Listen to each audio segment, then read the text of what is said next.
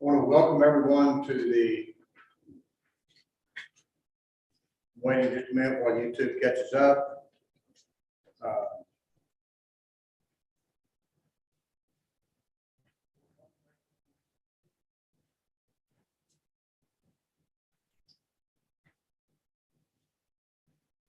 All right, I want to welcome everyone to the 10th quarter session in Walker County, Huntsville, Texas. It is good to have you all. Sometimes we don't have a full audience in the afternoon, but I can tell there aren't many available seats out there. So thank you all very much for your interest and for being here and being part of this. We do this for educational purposes. We come to the college campuses.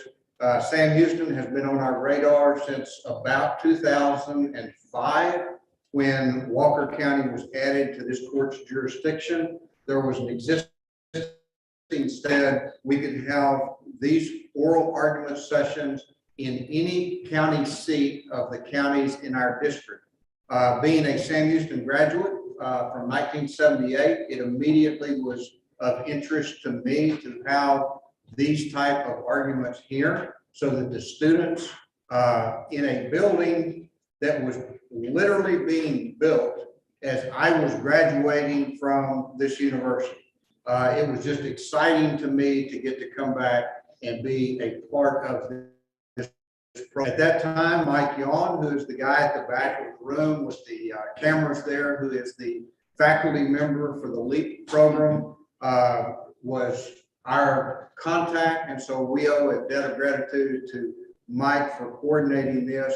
There's still some discussion amongst us as to what the first year that we actually got to come and do this was, but it's such an incredible facility that y'all have access to. Y'all really can't even begin to appreciate it until you traveled around and the other facilities that we do this in our district and in others.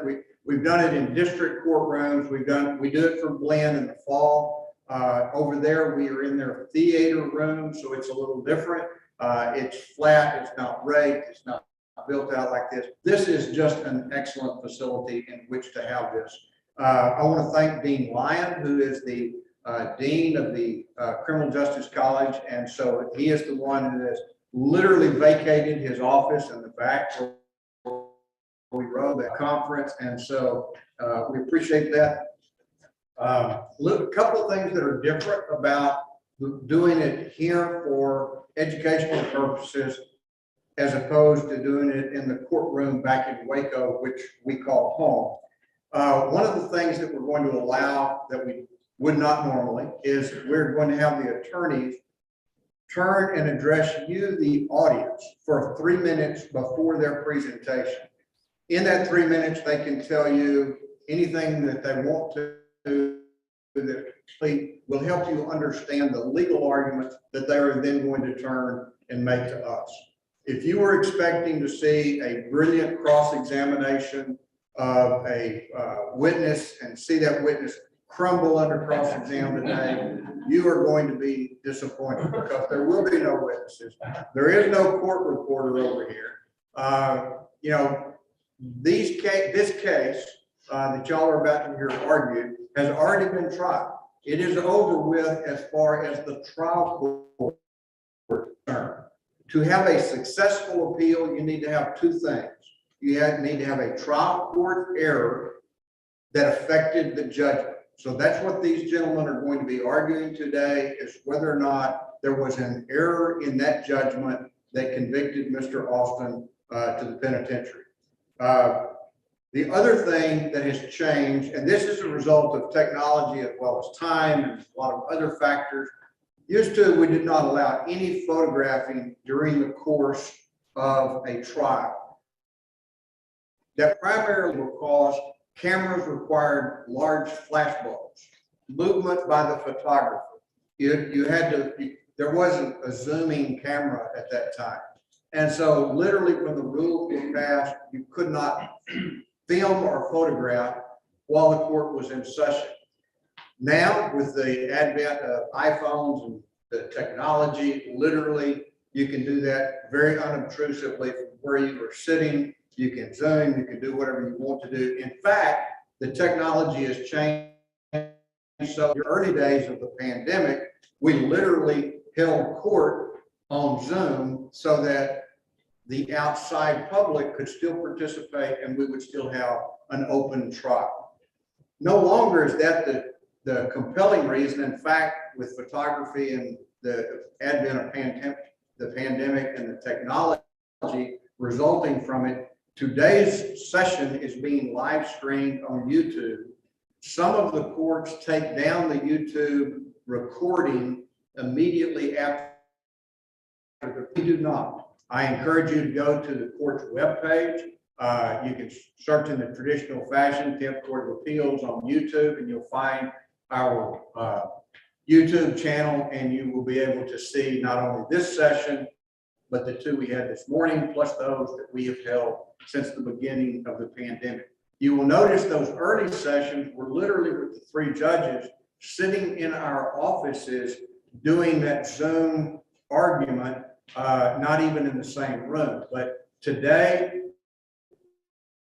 we are sitting here being both in the presence of each other, but as well as being on the YouTube feed.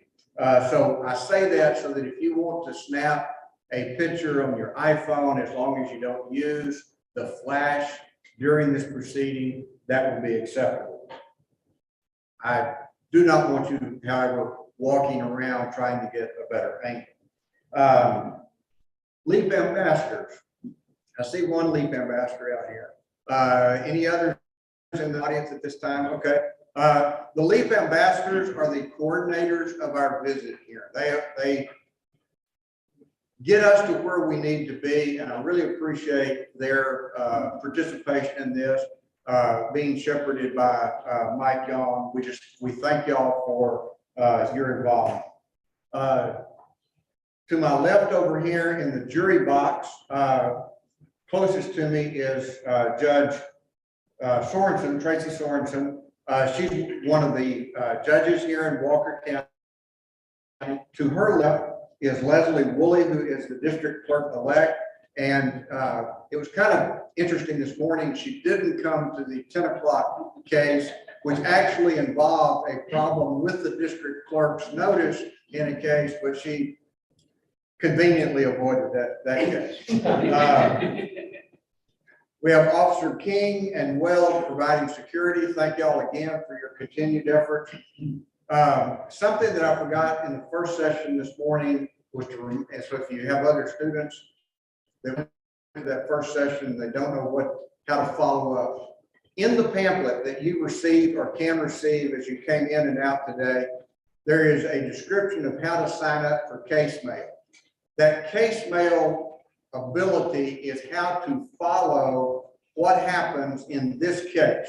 You can sign up for this notices on this case, and when the court enters an order or an opinion, or they file something else, the attorneys, and I apologize, I just saw that we had a lady lawyer council table, and while ago I said something about this gentleman. I had not seen you sitting there yet. My apologies. So if the lawyers file something else in the case, you will get a notice that something's been filed. Then you can go on the court's webpage, look it up, and see what it is, including ultimately the court's opinion when that is issued. If you have trouble signing up in any way, I encourage you to call the court's general number, ask for Nita White or the court's clerk, and she will guide you through the process of logging on and setting up your email account. It's fairly easy. I was actually able to do it myself in several cases that I did. To assist us in what we do as the judges deciding the case, we have 2 staff attorneys here with us today, Jill Durbin, Rick Bradley. They work for the court. They're full-time career attorneys at the Court of Appeals. The panel of the 10th Court of Appeals is fairly established since we are only a 3-judge court. We're all elected, but there are courts in the state of Texas that have as many as 30 judges on the court at a time. The Dallas court is 13. Houston actually has 2 9-judge courts. Other courts, different sizes across the state.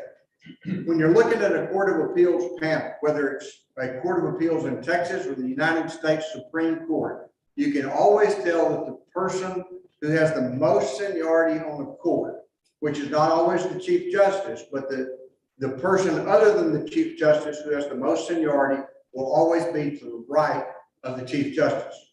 The second most to the left, and if it's more than 3 on the panel, that then continues to alternate so that you know that the person that makes the coffee is the last person on the left. So that would be Steve. Even though he doesn't drink coffee, that's amazing.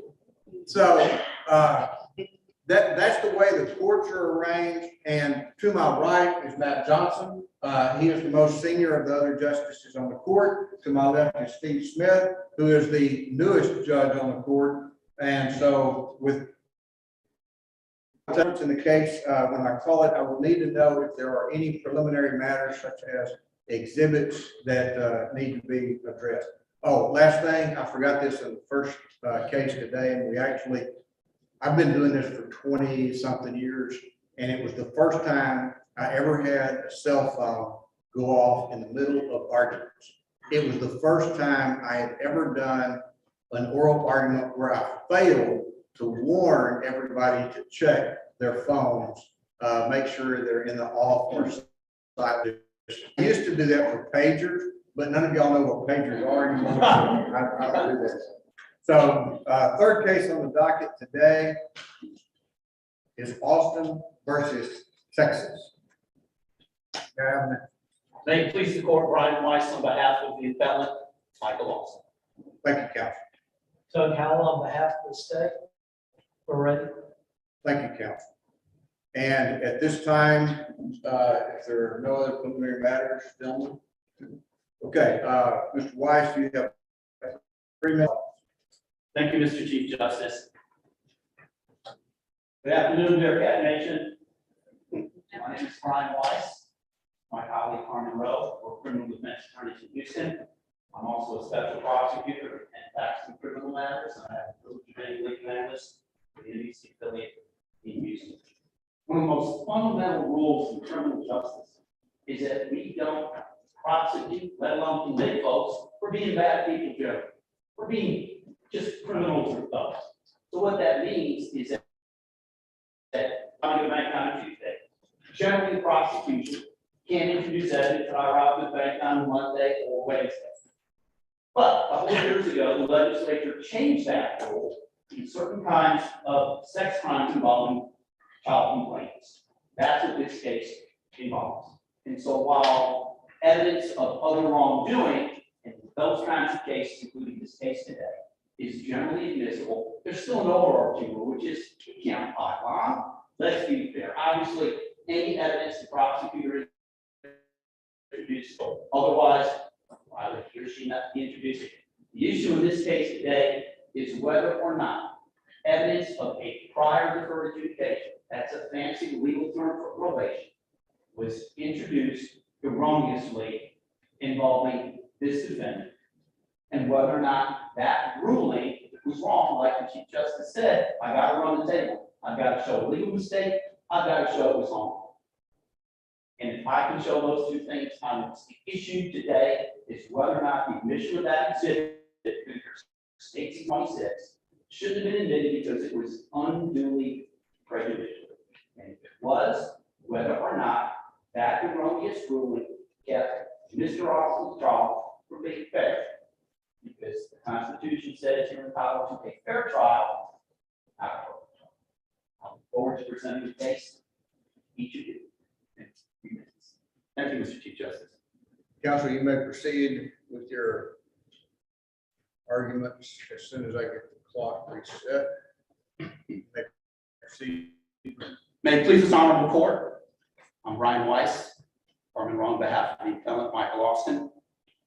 To paraphrase legendary Supreme Court Justice Robert Jackson, if there is a fixed star in our constitutional constellation, it is the two-pronged promise that the criminal justice system makes to any defendant accused of any crime. That is a fair trial and a reliable result. In this case, that promise was broken.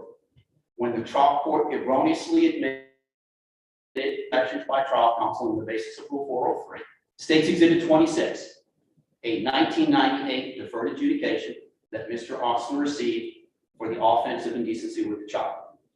Because it is our position as we set forth in issue 2 that the admission of this exhibit irreparably tainted the fairness of this trial, this court's confidence in the outcome of this proceeding, the ultimate result should be sufficiently undermined that it's compelled to reverse this conviction and 63-year prison sentence. One of the few things, Your Honors, that both sides can agree on is the standard of review, and that's pretty much it. That abuse of discretion is the standard that drives this court's analysis of this claim, and that it's deferential. But to be equally clear, it is not an impenetrable force field through which the most meritorious 403 claims can't pass. It is not a barren wasteland where the most meritorious Rule 403 claims go to die. Basically, it sounds a lot worse than it is. It's not a reflection on the trial judge. It just means, as Judge Clinton pointed out in Montgomery, that the trial court lacks the discretion to misapply the law to the facts. And it's our position that in admitting State's Exhibit 26 over trial counsel's repeated Rule 403 objections, that's exactly what happened. As this court is well aware, the 4 factors that drive this court's Rule 403 analysis are the probative value of the exhibit, the potential of the exhibit to impress the jury in an irrational manner, the time needed to develop the evidence, and of course, the proponent's need for the evidence. And as the Court of Criminal Appeals has recently reaffirmed in Valadez in our pre-submission letter, probative value means more than relevance. And it's just the latest instance of what appellate courts do on a routine basis, concluding that a well-meaning trial judge abused his or her discretion in admitting an exhibit. As we point out in our brief, Your Honors, the probative value, which means more than relevance, of this exhibit is substantially weakened by a number of things. Obviously, number one, the remote nature of the exhibit itself. See that in Newton versus State, one of the many, many cases I've managed to lose in 4 decades of legal practice, that is a consideration, but it's not the end all and be all. But primarily, Counsel, in this case, where the outcry was 30 years after the event, the victim's brother, subject of your first issue, was allowed to testify about events that were 30 years ago. The particular that is an issue in issue 2 with regard to DV, that is 20 years old, but it is actually only 10 years away from the event at issue. Would you address specifically how this remoteness argument applies in that context, as opposed to what we frequently see where it's a recent crime, but yet there is a 20 or 25-year-old previous event? I mean, because this conviction that you're complaining about, this judgment, it actually occurred 10 years after the facts that resulted in the conviction. So would you address that, please? absolutely, Your Honor. In the grand scheme of things, it's not your typical extraneous act in the sense that we sometimes see prior bad acts within hours, weeks, days, or 1 or 2 years. So on the grand scale, this is not the end all and be all of remoteness, but it is a consideration that in our estimation, at least moves the needle a little bit in terms of its value. But even beyond that, Your Honors, the fact that there are, in our estimation, insufficient similarities between State's Exhibit 26 and the charged conduct. And I know, and we can see, that the degree of similarity is not the same, for instance, as the admission of an extraneous act for purposes of identity. We're not talking about a signature offense. But in this case, Your Honors, we're talking about a one-time touching over the cloak of an African-American complainant with minimal grooming, as opposed to the long-standing grooming, the continuing act, penetration of multiple levels. Viewed through that prism, I think that a reasonable trial judge could have concluded that this was an insufficient basis to find the requisite degree of probative value. And what the state says are similarities are basically ersatz similarities that have nothing more to do with this case than they would in any sex case. For instance, suppose that this would have been a case involving the possession or distribution of child pornography. Obviously, it involves a child complaint, but there are insufficient similarities between that and the primary offense that gives it the probative value that the case law requires. The potential of this exhibit to impress jurors in an irrational manner. Let's be perfectly candid, Your Honors. We're not talking about Mr. Austin getting office detention in the 5th grade. We're not talking about him being caught smoking a marijuana cigarette in his dorm room. The Court of Criminal Appeals has made it plain that offenses of this type, of this ilk, are inherently prejudicial. And while we recognize the limited instruction given in the charge, the Court of Criminal Appeals has made it clear that that's somewhat disingenuous in the sense that while it's a limiting instruction, it's essentially still instructing the jury on a limited basis to consider evidence that's inadmissible. And I also would point out there was no contemporaneous instruction given limiting the jury's consideration when it was offered. And Was the there, fact, was there a request to give a limited instruction? no, Your Honor. I wish there was, but in fact, there wasn't. But again, the timing, the state artfully, masterfully introduced this exhibit and then rested. And as we'll talk about later when we get to a harm analysis, the state repeatedly emphasized the nature and quality of this exhibit in its final argument, urging the jury to convict. The time needed to develop the evidence. Candidly, this does not cut in our favor. But the case law says, and indeed the Court of Criminal Appeals reaffirmed 2 weeks ago in Valdez, that not all 403 factors are created equal.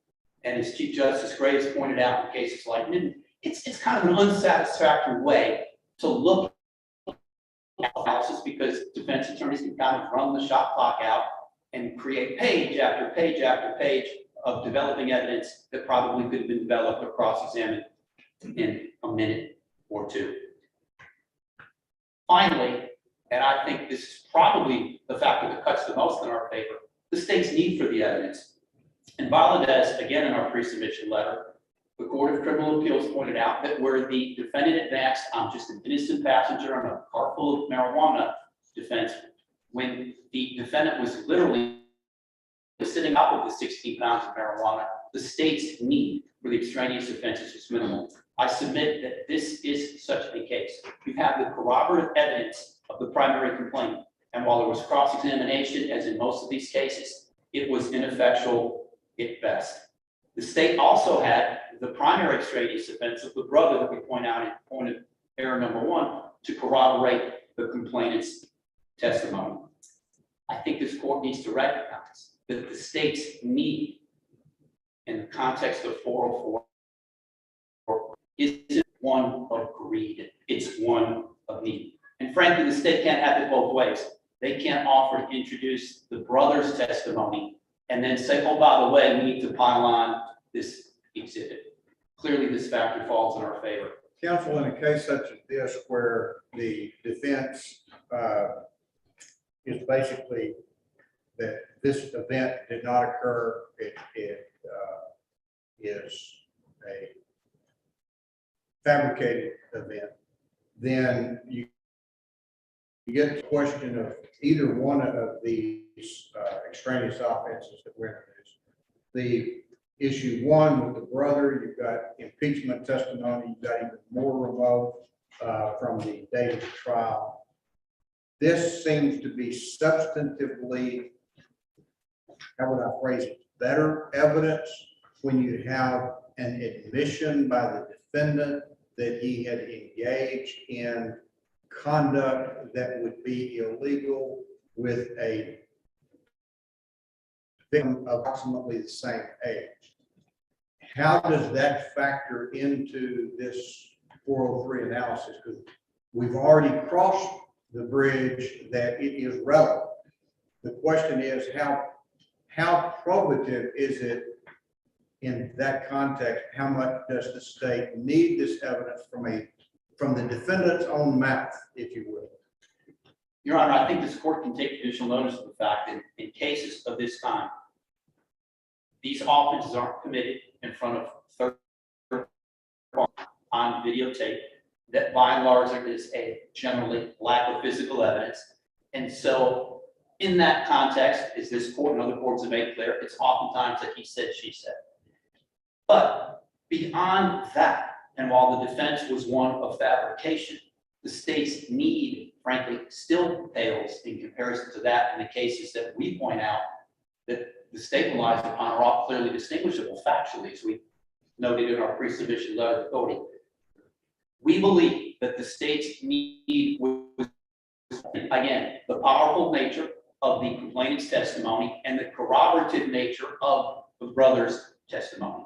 And in this situation, you can't have it both ways. If the admission of the brother's testimony is not an abuse of discretion, you have to ask yourself the question, how much is enough?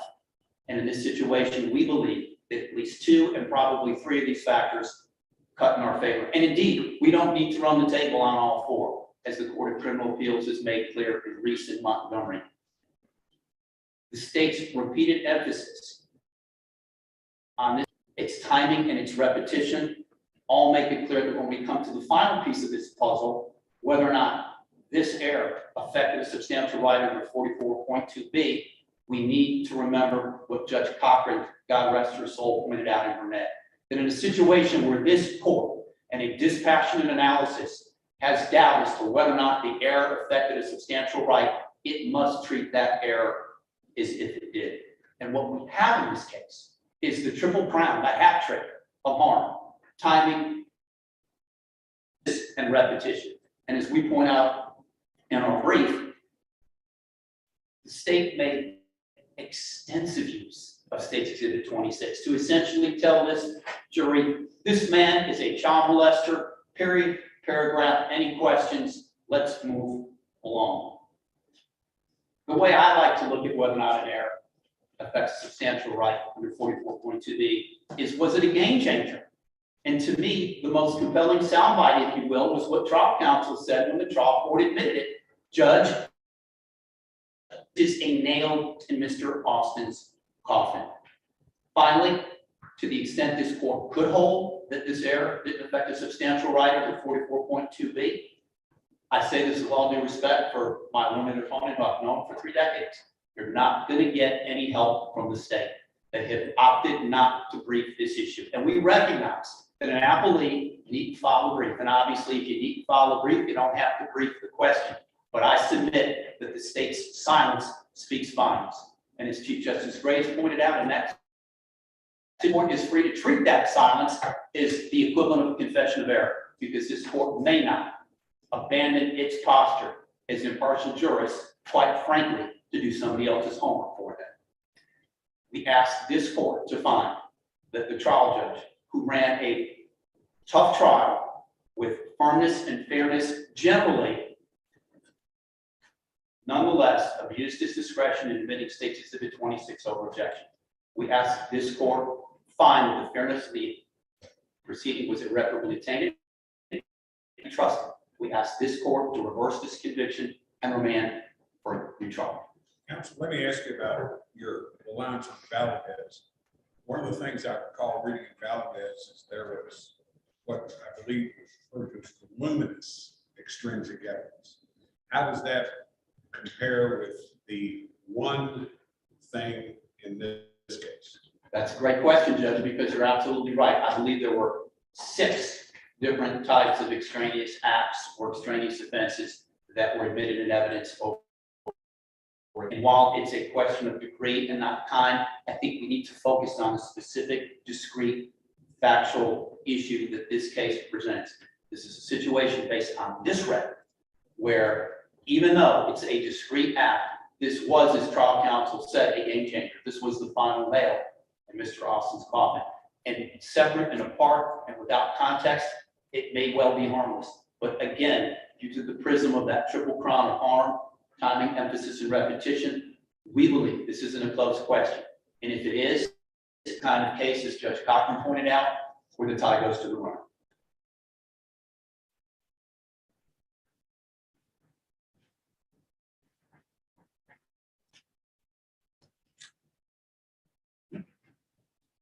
Counsel, you have the opportunity to address the audience. Your 3 minutes begins now. You may proceed. Good afternoon. My name is Doug Howell. I'm an assistant district attorney in Bryan. I work for our Brazos County District Attorney, Jarvis Parsons. Thank you for having me. This involves a case of two brothers assaulted by the appellant in early 1991. They lived across the street from him. Their parents were not around, and so they were friended by the defendant who lived across the street. They were groomed. And then eventually, after the parents became friends with the defendant, he started sexually assaulting them. Children at that time were between the ages of 8, 10, up to about 14. What happened before the appellant started sexually assaulting these two kids was that our named victim, JJL, was assaulted by a completely different person named Michael Wade Carter. Indecency by touching. JJL, who was 8 at the time, reported that to the police. They went to court, pointed him out. He outcried to the defendant, who went to court with him and also supplied the outcry. So what we have is an appellant who saw his victim, his eventual victim, be found not credible in court. So after they've been groomed, the two brothers have been sexually assaulted. They don't want to tell anybody. They don't even tell each other. In 1998, the defendant pleads guilty to indecency by indecency by contact because he was a counselor and he touched the child's penis over the clothes at night while the child was asleep. That's important because that is how he started sexually assaulting the two brothers. Trial, the defense attorney, defensive theory was number one. This happened 28 years ago. They should have brought it up at the time. The victim knew how to report it to the police because he had done that in the Michael Wade Carter case, but chose not to in this case. And then our victim knew about the defendant pleading guilty and being sentenced in deferred adjudication probation and still didn't report it. So we have what's called a defensive remoteness, where the trial attorney was saying it was too remote. Number one, number two, both brothers didn't report it. Number three, both brothers, as a result of their sexual offenses being performed on them, became drug addicts. And they went to prison several times. And eventually our brothers realized that the reason they were in prison was because of what the defendant had done to them when they're 8 to 10 years old. And they reported it. And so that is why we're here today. And please, the court. I will limit my argument, obviously, to State Exhibit 26.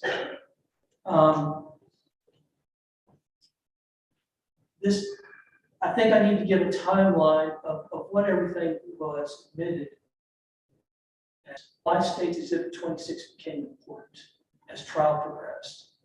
And again, what we had was JJL, our first victim.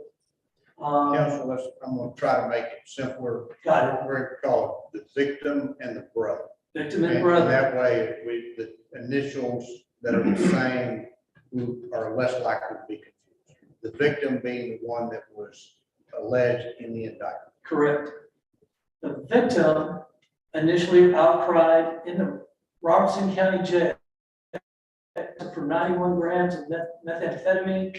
He had heard other inmates involved in sexual assault cases talking about their cases or if they had committed those types of offenses. And he came to the conclusion, maybe this is why I am, and I'm having so many problems in the criminal justice system because of all the abuse that I've suffered at the hands of the defendant over a period of years. He outcried. Eventually, his outcry made its way back to his other brother, who is in the Travis State Jail, serving a state jail for, I believe, forgery and theft. So both brothers realized that 28 years later, that they had been sexually assaulted by this defendant. They had been groomed. I bring that up because at trial, there was a three-pronged attack against our victim and the brother. Number one, our victim was facing 5 to 99 years of life for possessing 91 grams of methamphetamine.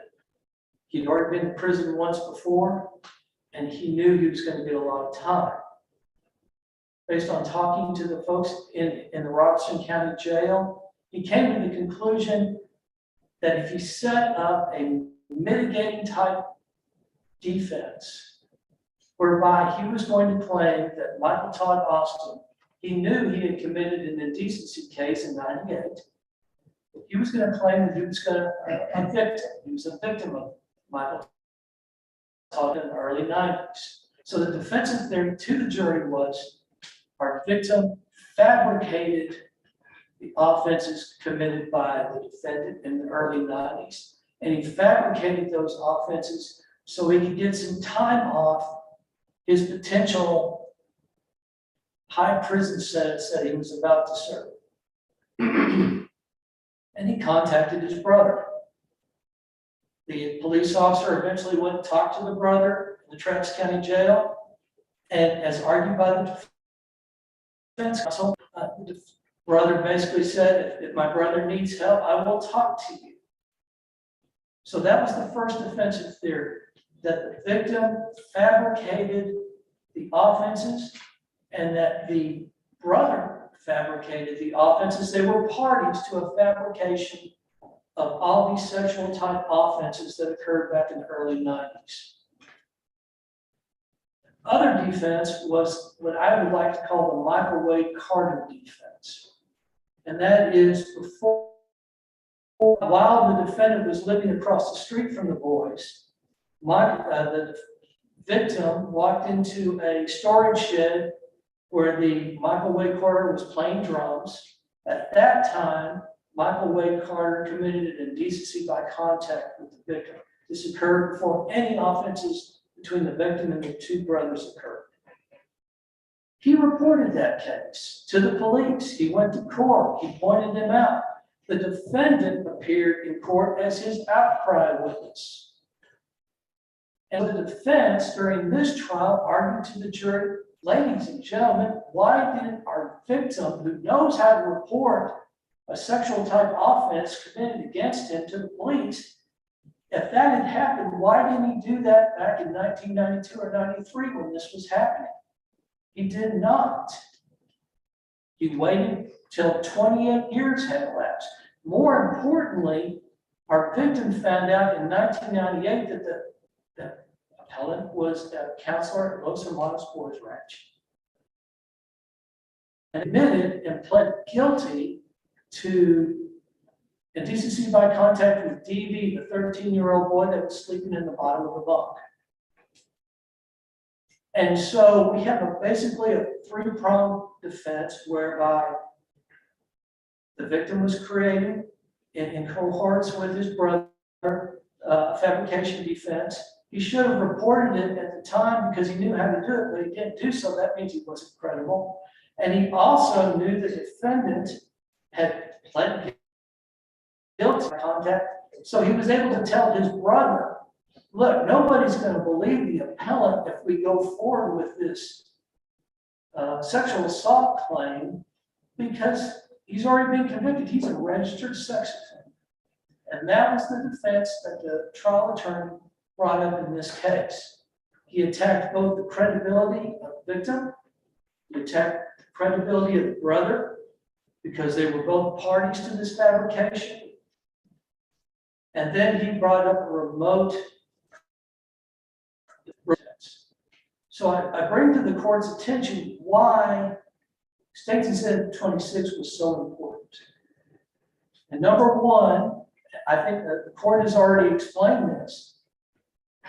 The facts of State's Exhibit 26, meaning the defendant admitted to touching the boy on his penis while he was asleep in the boys' ranch. And that is how he started his sexual assault behavior with the brother. I believe that Mr. Weiss in his brief said that didn't happen. That they are similar in that respect. This is how they got started. The victim testified, and this is on Orders Record 4, page 120, that his first sexual assault occurred at the defendant's apartment on Sim Street. He had fallen asleep on the defendant's bed, and he woke up to the defendant touching his penis with his clothes on. The brother testified that the first sexual encounter he had was at the defendant's parents' house on Devonshire, and it was the same thing. He had fallen asleep on the bed, and he woke up to the defendant touching him on his penis. And that, the brother's first indication of sexual assault at the parents' house is volume 5, page 69. So, as the trial prosecutor argued during the 403, this was completely similar to how the defendant had started his grooming and his sexual assault behavior of both the victim and the brother. State's Exhibit 26, the assault against DB, was the exact same pattern.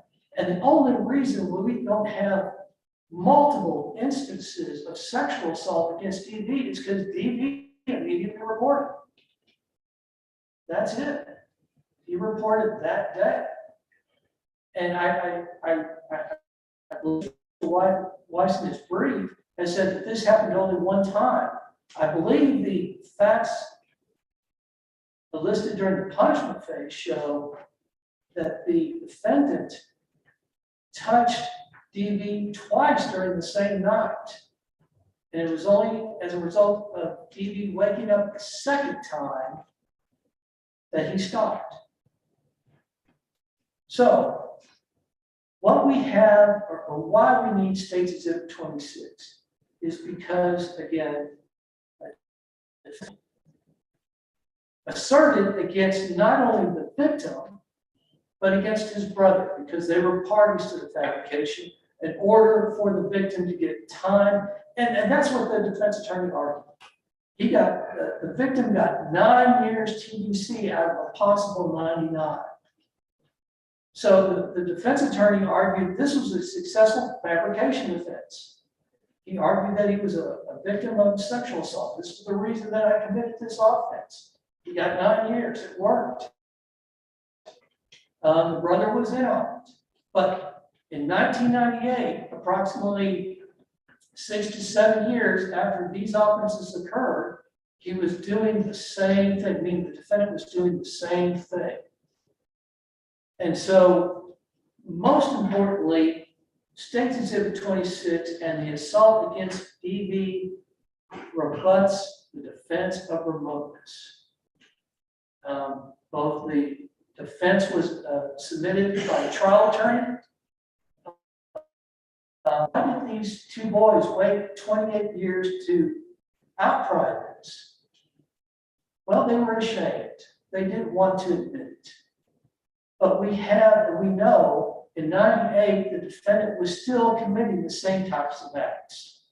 And so that type of evidence, that 1998 assault against DB, is properly admitted to rebut the defense of remoteness. And I apologize to the court, this isn't in my brief, but I cite the following case to you. Fisher, 2018 Texas Lexus, page 20. This is the Austin case, 2018 petition refused. And I quote from this case. However, as we noted in Robichaud, which is the case that I have cited for proposition of remoteness, in that case, they allowed a 25-year delayed outcry to be admitted. As we know in Robichaud, remoteness is only one factor in determining the appropriate value of an offense. The rationale for discounting remote conduct is that people may change with the passage of time. Here, the intervening extraneous acts indicate that Fisher, the defendant, has not changed over time, rebutting the remoteness defense. In Fisher, they admitted an extraneous offense that occurred after the offense that were being tried, that were similar in nature, just as in this case. And that at trial, they are just like we're doing here.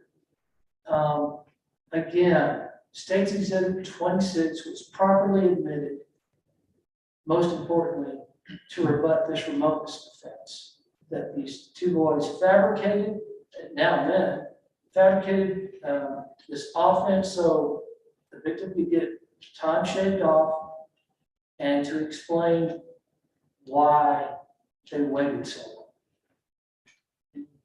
Questions? Thank you.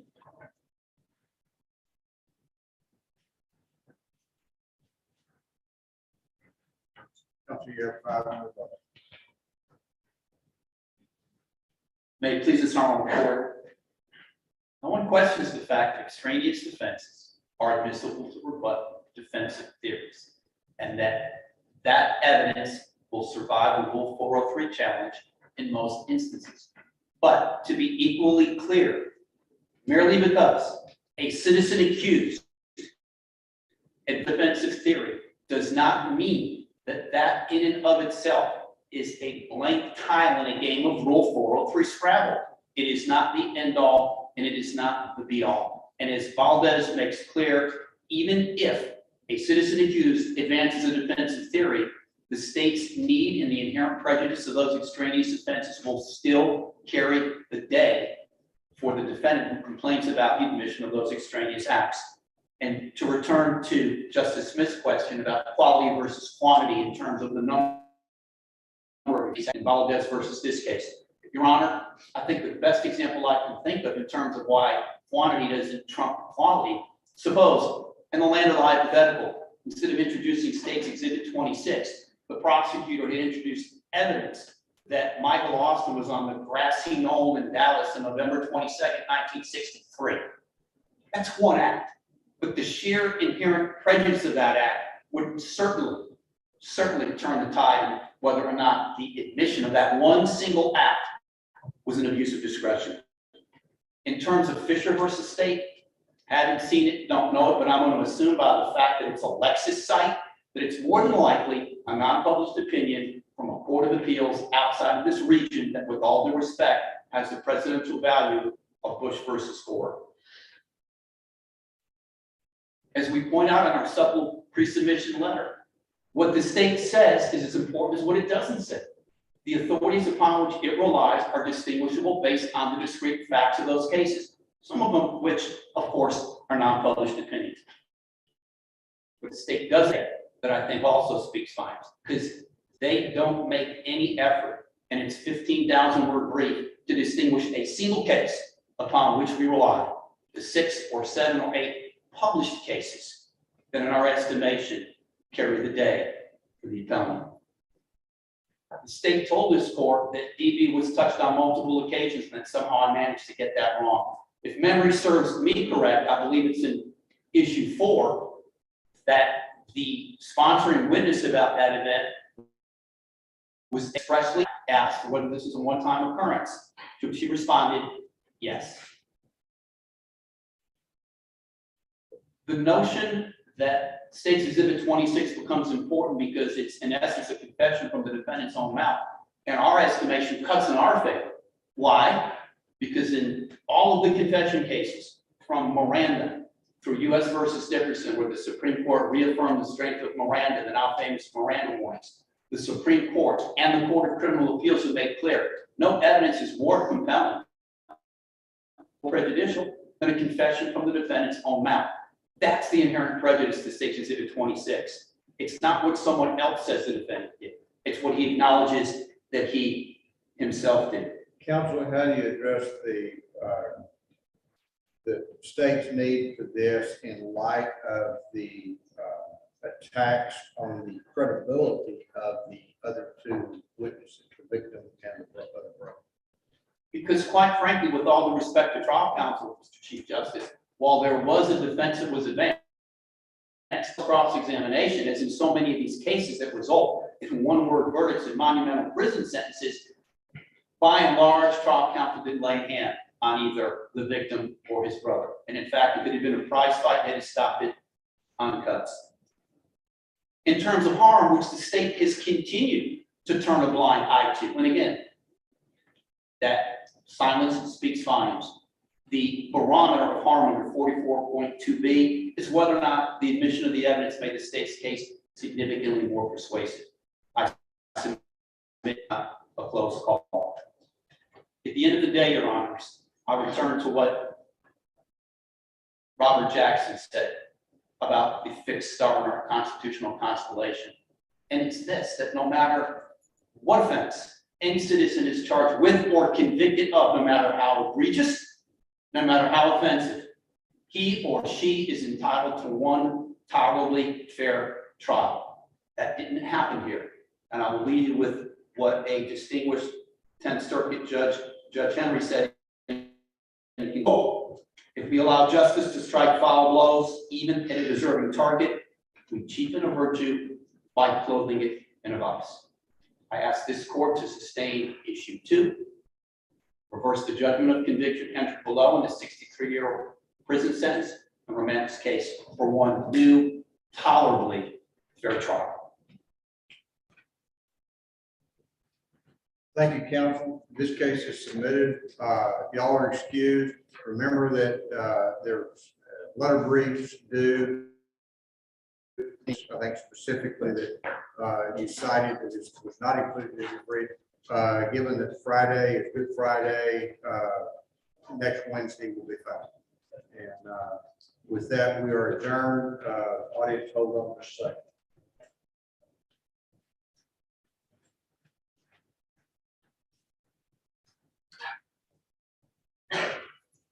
At this time, it's going to be kind of a treat for the students who came to the last argument of the day. I will tell them to stay or leave at their preference, but if there are questions in the audience about what we do, how we do it, we obviously can't talk about the cases that were argued, but Mike Yon, where'd you go, Mike? Mike, are you in the room? Mike was very interested in this portion of the opportunity for the students. So if there are questions that y'all want to ask, this is your opportunity. If there are not, you can go find a strawberry milkshake or something. Yeah, we were a little shorter than anticipated. Mike may still be in the lunch room because he didn't have time for lunch. Let's give him a minute to get here. But literally, really, if there's any question that y'all have about the court, what we do, how we got here, how we pick cases, anything that y'all want to ask, we will shot at answering.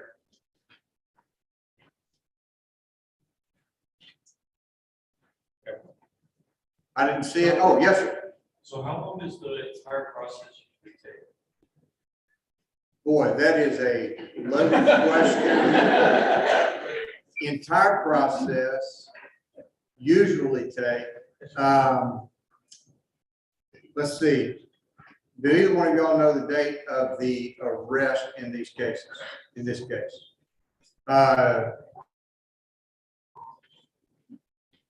Docket number for the case that was just argued is 10/21/181. From history, I know that we get about 500 cases a year. 2021 was a little bit low due to the pandemic. So let's say it was even 300, that would put us in June. That means that this appeal, I'm going to guess that this was probably one of the last cases tried to a jury before the pandemic started. Okay, so then it was appealed mid to early 1921. Excuse me, 2021. Yeah. Okay, so Steve tells me he was convicted on June 10th of 2021. So that'll give you a frame of reference of how long it took us to get to here. Our court has a relatively good time record from the submission to the date of disposition. Now, all of them don't take the same amount of time. Sometimes they can be done very quickly. Sometimes it can still be, unfortunately, many, many months, if not a year or more. But from the date of arrest to the date of trial is Judge Smith, Judge Johnson, y'all, they were both veteran trial judges. I'm talking 12 years, 20 years, 22. 20 years on the trial bench. So I turned to them to ask them, what's your general time period from the day of filing the trial? The state's supposed to get their indictment within 90 days of arrest, or else the bond, there are issues with bond at that point in time. So if you give them 90 days before indictment, then once the case is indicted, it's on the trial court's docket. And then once it's on the trial court's docket, I'd say a year and a half before the trial occurs. So you're talking 2 years to get to trial and finish. Maybe then at this stage of the appeal, regardless of what happens here with our opinion, I'm going to predict that one of these counsel will file a petition for discretionary review. That can be pending with the Court of Criminal Appeals easily for 6 months or a year. And so start to finish, 5 years from the date of indictment. Good question. I could not have answered it without the assistance of my colleague. I see is that little piece right in the middle of when the courts of appeals, intermediate appellate court has it. So, And as a follow-up to that, if someone is convicted of an offense and sentenced to prison for greater than 10 years, they go. If it's 10 or less, they can be released on bond pending their appeal. So since the conviction date, Mr. Austin has been, he's either in TDC or he's still not having yet gotten to TDC. yeah, because as counsel pointed out, it was 63-year sentence, and so he has been serving time during that time period. So excellent question. Anybody else? Yes. So what are y'all's next steps? I know y'all can't go depth about these cases, but in general, what are y'all's next steps after hearing the case? Well, once we get back to Waco, and we're all there together, we will do what's called post-submission. We'll go over the arguments here. This case is in your chair. Yeah, we don't talk about that. That's our leader. We'll wrestle around with an opinion. We will come to an opinion. Either all three of us will agree, or two of us will agree. One may dissent or concur, and then the opinion will be issued. And that will be some weeks from now, more than likely.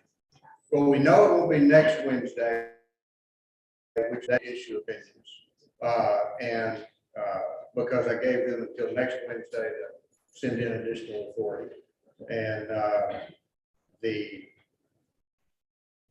you have to understand that we don't have just 3 cases on our docket. And literally something that we don't even know is out there can happen today that interferes with our schedule. And for example, the mandamus that was argued right before lunch is what we call an original proceeding. It comes to us, and sometimes those have what we call expedited or motions for emergency relief, where they are looking for an immediate assistance in the trial court proceeding. And we have to bump this case to let one of them go forward. And so, as Steve said, we're going to talk about this one tomorrow. Then we will take it and do the additional research on it, probably after next Wednesday, after we get the additional letter briefs. And one of the things that y'all got to see in this case that really is a little bit unusual, you heard Councilor Weiss refer several times to the Estrada case. Is that the right name? Valadez case that was issued 2 weeks ago today.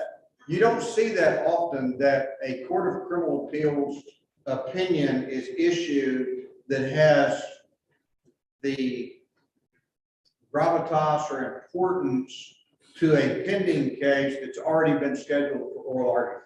And so there's a lot of things, a lot of moving parts in all this. And so it fits no pattern. There is no schedule. But because this case hasn't been argued, it will what we call our submitted docket, and we will try to get to it fairly quickly. But basically, with the assistance of our staff attorneys over here, they will be taking these arguments that have been made, the arguments that are made in the brief, looking at drafting an opinion in consultation with the judges, and we'll draft an opinion circulated as Steve described, and depending on if it's unanimous or has a concurring or dissenting opinion, I would say probably it's kind of routine. So I will tell you, I will tell you a funny story. It was a question similar to yours about what can we expect and maybe when can we expect results on the case and things like that. There was a former judge on the court, and the lawyers had just started, lawyers will really appreciate this. They had just argued their case, and they asked the judge, they said, well, when do you think we may receive the opinion? He goes, well, if you'll wait a minute, I'll walk down the hall and get you a copy. Because the lawyers had just argued it. What was the point of the argument?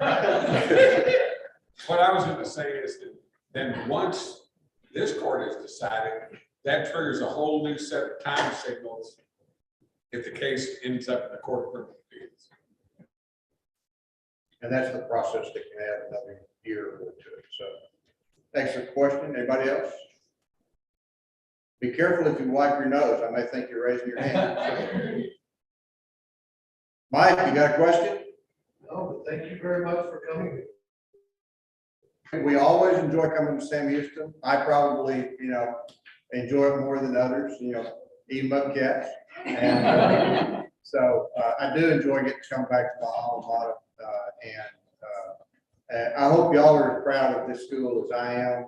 It is a good school. It has given me a lot of opportunities, and it is really good to get to come back. So what about any questions for council? I made them sit here through this.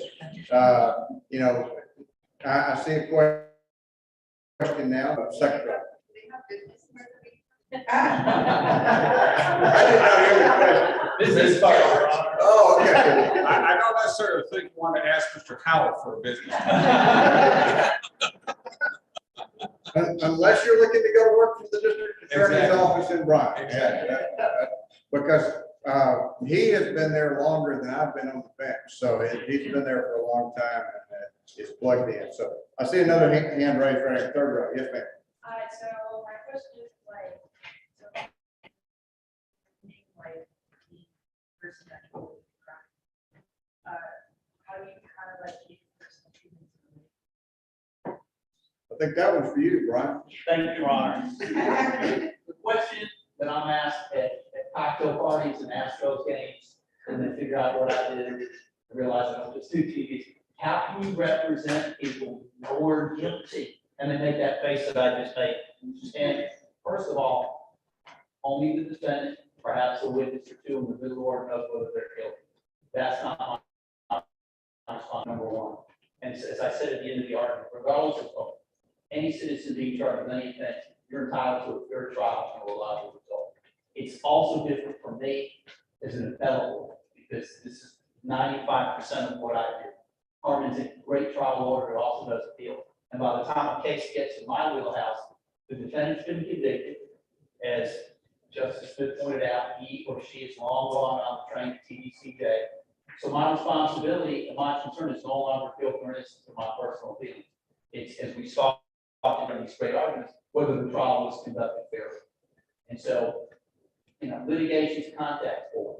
And just like every kid grows up thinking they want to be president or play shortstop for the Yankees, not everybody can do what we do. But I'm telling you, if you have that passion, whether you're a prosecutor or a defense attorney, and I've had the privilege of doing both, if you like it and you're good at it, you'll never work a day in your life.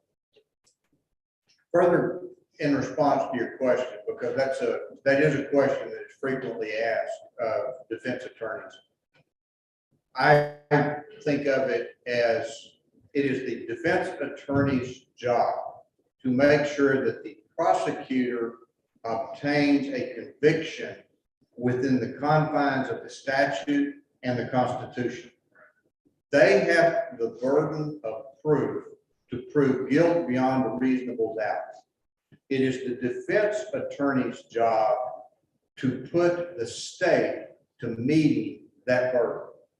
And sometimes they're successful, sometimes they're not, but they're always there. And you can almost think of it as not, well, they have a client and it is their advocacy on behalf of that client. They are forcing the system to work. That's what they're charged. That's what they need to be capable of doing. So thank you for that question. And do sometimes guilty people end up being found not guilty?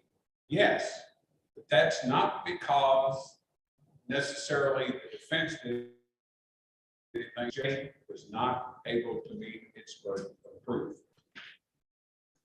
And I will have to say the footnote to that is, yes, our system makes mistakes. There are times when people who actually did not commit the crime are found guilty.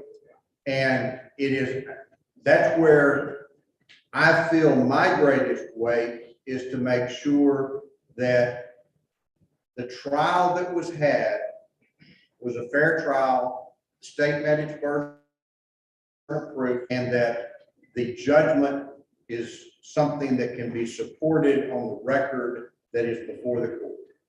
And so that's what, it's a very different role than a trial judge's role, but it is part of the process of making sure that justice prevails. So. Yes, ma'am, front row. I have a question for council. So what is the hardest part of being an The question was, what's the hardest part of being an attorney? Great question. I have learned more in the practice of law. I'm just going to make a face when I say this. I'm a former sports writer. I worked my way through undergrad law school. And I learned more from having been a sports writer and more from watching movies than from all the dusty law books I've ever read. And the great lines were got about movies is it's not personal, it's business.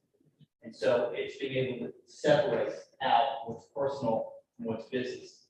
And I lost that I believe I should have won, and it's kept me up at night. And then I realized as much as I may be heartbroken, that you may think that the system is just wrong from here to there, but when you compare it to all the other systems all over the world, it's the best system that exists.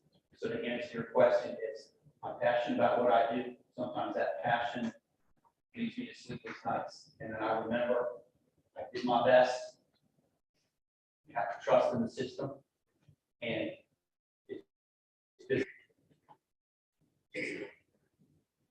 Yes, last question.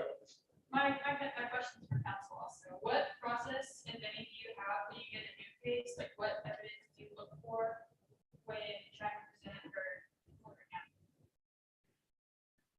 Does it make sense? yeah, I think the question was, what evidence do I need to put forth when I get a case?